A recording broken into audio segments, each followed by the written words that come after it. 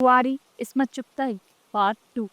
सुंदर उसके बड़े लाड़ सहता, उसके छिछोरेपन पर हंसता, उसके उजड़े हुए घर में जाकर जान डाल देता।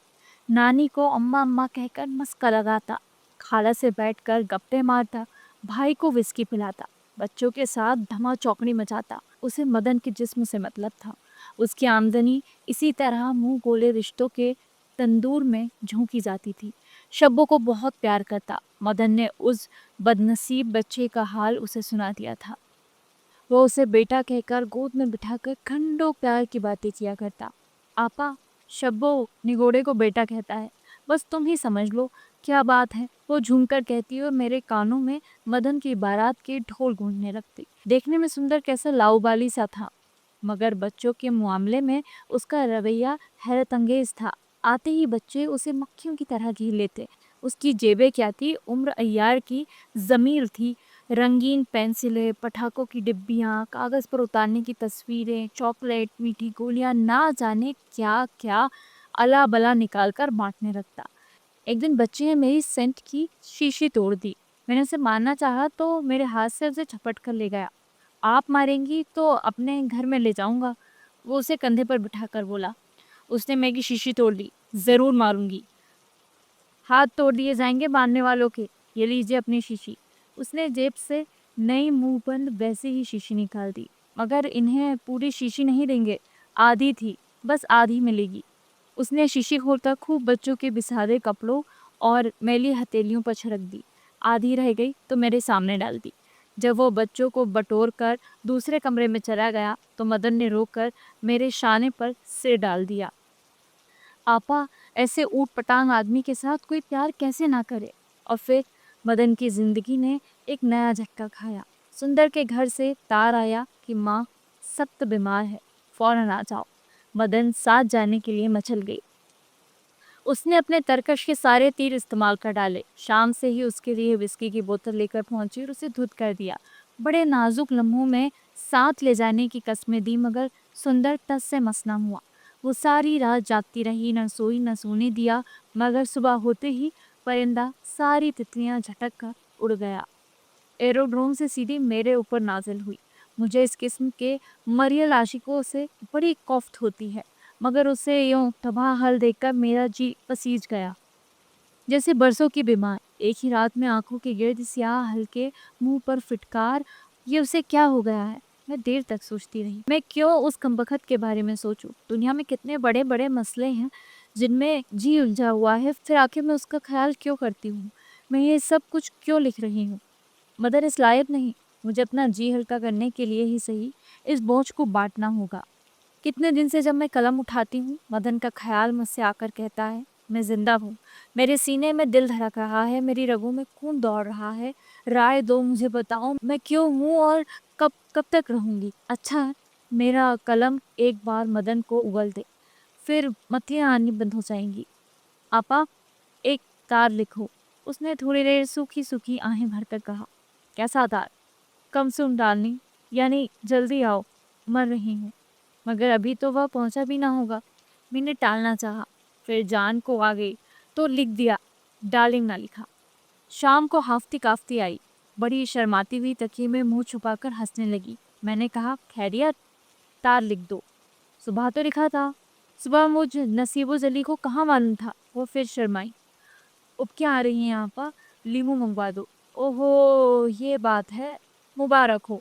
मेरे सिर से बोझ सा उतर गया। ये बस फटके कामयाब रही।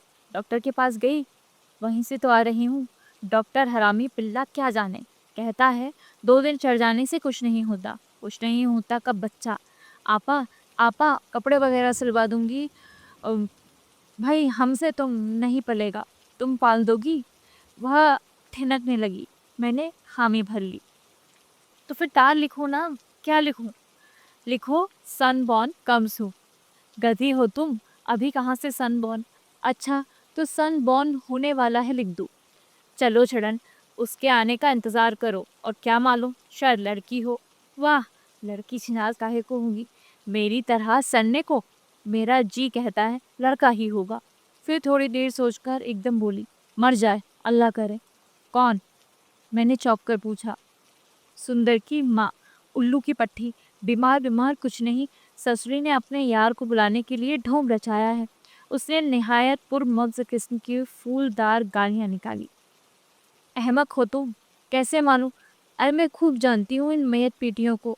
जब से मदन की जिंदगी में सुंदर आया था उसने गालियां बकनी बंद कर दी थी। सुंदर के प्यार ने रिश्ते जख्मों पर फाहें रखकर गिलाजात का मुंह बंद कर दिया था। उसके आंख ओझल होते ही कच्चे जख्मों के मुंह खुल गए, पीप बहने लगी। उसके मुंह से फिर वही गालियां सुनकर मेरा जी बैठ गया। मारे गुस्से के मदन पटाखों की लड़ी बन गई। उसका ताल्लुक है किसका? उसकी अम्मा बहनिया का। सच्ची आपा, बहुत सी औरतें ऐसी होती हैं बचपन ही। लानत हो तुम्हारी जुबान पर। अल्लाह कसम, आपा आप हमारे पड़ोस में एक बीवी रहती हैं। अपने सगे भाई से मैंने उसे रोक दिया। अल्लाह, तफसीलों में न जाओ। मेरा कलम पेट का बड़ा हल्का है। कल कला को मुंह से बात निकाल बैठा तो लोग मुझे उल्हा ना देंगे। दूसरे दिन मातम करना, फिर टूट पड़ी। कल जैसे डॉक्टर का कहना ही ठीक निकला।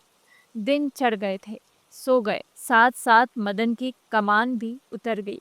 ऐसी बिलक बिलक कर रोई जैसे जवान बेटा जाता रहा हो। ये औरत है या लतीफ़ा? कल जिस बला के खौफ से बौखलाई हुई रहती थी, आज उसी बलाए आरजू में जान दिए जाती थी। लगी मुझसे तरकीबें पूछने, भला मेरे पास कोई जादू की छड़ी है जो चूहे को घोड़ा बना दूं? डॉक्टर ने कुछ इशारा तो किया था कि आइंदा ऐसी मुसीबत से पाला नहीं पड़ेगा। मैं उससे बावजूद कोशिश की ना बता सकी कि सुंदर को फंसाने वाली चाल के पैर मफलूज हो चुके हैं। सुबह शाम मदन ने तारों की टांग बिठा दी। काम पर उसने लात मार दी। एक प्रोड्यूसर ने कोर्ट में ले जाने की धमकी दी तो वो नाक पर ढेर सा मरहम थोप कर पड़ गई। मैं भी मरहम की मिकदार देखकर दहल गई। गई ना, मैंने सोचा, मगर जब प्रोड्यूसर चला गया तो मजे से नाक पोंछकर हंसने लगी। मगर मुझे बेवकूफ़ क्यों बनाया तुमने? मैंने चिढ़कर कहा और चली गई। अखबारों में इस्कात की खबरें छपने लगी। मदन ने ज़रा शर्माकर तस्दीक कर दी। मैंने पूछा, यह क्यों? सुअर को पता चलेगा तो बहुत कुढ़ेगा। मैं कह दूंगी, मैं समझी तुम छोड़कर चले गए। बदनामी के डर से गोलियां खा ली। मर्द बच्चा है, कुछ तो दिल को ठोस लगेगी। एक दिन हवास बागता रोती हुई आई, तुमने मुझे नहीं जाने दिया। ये देखो। वो अखबार जिसमें सुंदर की मंगनी की खबर थी दिखाकर रोने लगी। चह, खुश? मैंने कब मना किया? मैंने जड़कर कहा, जाओ मेरी बला से जहन्नुम में। और वो शाम के हवाई जहाज से जहन्नुम की तरफ हो गई। 11 बजे रात को जब वो सुंदर के घर पहुंची तो घर में सिवाय बूढ़े दादा और तोते के कोई ना था। सब के सब सुंदर की कोई फिल्म देखने गए थे। सुंदर के दादा फिल्म लाइन के वैसे ही खिलाफ थे। उन्हें मालूम था कि इन फिल्म वालों के चाल चलन कुछ यूं ही वर्क से होते हैं। फूंक मारी और गायब। आंखें फाड़कर वो मदन को घूरने लगे। मदन बम्बई से गर्म कपड़े भी लेकर नहीं गई थी। भूख अलग लग रही थी। 12 बजे के बाद सुंदर बहन भाइयों की टोली में हंसता कह के रगाता आया तो मदन रो पड़ी। क्या वो भी कभी यूं खानदान में घुल मिलकर उनकी बन सकेगी? उसके भी देवर जेठ होंगे, नंदे और देवरानियां होंगी। बहू, लड़का रो रहा है, भूखा है, सास कहेगी। उसने पक्का इरादा कर लिया, वो अपनी सास से कभी नहीं लड़ेगी। नंदों की खूब खातिर करेगी, डाला का हुक्का भरेगी और तोते को भीगे चने खिलाएगी। सुंदर को देखकर उसका जी चाहा कि दौड़कर उसके चौड़े चकले सीने से लिपट जाए और उसे मुट्ठियों से कूट डाले, उसके भूरे घने बालों में उंगलियां डालकर नोच डाले। मगर सास नंदों की शर्म ने उसके पैर थाम लिए। उसे देखकर सुंदर के हलक में कह कहा लोहे का गोला बनकर अटक गया। माँ बहनों के सामने अपनी दास्ता के वजूद से शर्म के मारे पानी पानी हो गया। मसनूई खुश मिजाजी से बोला, अरे आप, आपके बच्चे? मदन ने दांत पीसे, मगर सुंदर की घबराहट पर तरस खा गई। जौहरी से कुछ जेवर बनवाए थे। चांदी कुंदन का काम दिल्ली जैसा बम्बई में नहीं होता। सोचा दिल्ली की सैर भी हो जाएगी और जेवर भी देख लूंगी। सुंदर मदन की आला एक्टिंग का कायल था। आज तो लोहा मान गया। जब उसको सुंदर की बहनों के कमरे में सुलाया तो वह बमुश्किल गालियों की जंजीर को निगल सकी जो उसके हलक में उलझने लगी। खैर, जब सब सो जाएंगे तो सुंदर उसके पास आएगा। सब सो गए और वो सुंदर के पैरों की चाप के इंतजार में पड़ी रही। उसका जिस्म सुंदर में जज्ब होने के लिए तरस रहा था। रास्ते भर कैसे कैसे ख्वाबों की जाल बुनती आई थी। सुंदर सो रहा होगा, वो चुपके से पहलू में रेंग जाएगी।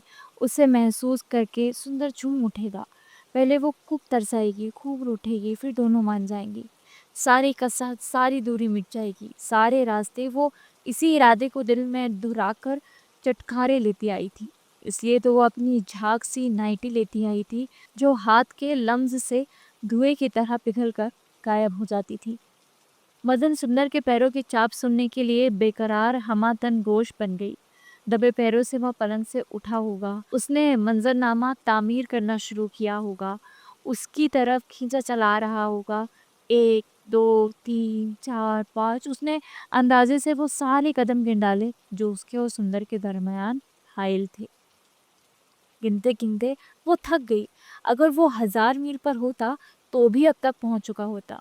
वो रुआसी हो गई। एहसास के तनाव से कनपटियां भीगे चमड़े की तरह कसने लगी। शायद सुंदर के भाई जाग रहे होंगे। वो उनकी मौत की दुआएं मांगने लगी।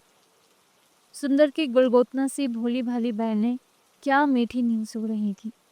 इनके ख्वाब कितने सुहाने थे। इनके दिलों में किसी बेवफा के प्यार के जख्म नहीं पड़े थे। उसे गुस्सा आने लगा। काश कोई इनका जहां भी लूट ले, इनके पेटों में सांप छोड़ दे कि ये भी घोर अंधियारे में किसी के पैरों के निशान टटोलती थी। फिर सुंदर को आटेदार का भाव मालूम हुआ। आखिर किस जुर्म की सजा में उसका बचपन इतना वीरान और जवानी जख्म जख्म होकर रह गई थी। उससे ज्यादा न जब्त हो सका और वो सुंदर के कमरे की तरफ चलने लगी, जहां वो अपने भाइयों के साथ सो रहा था।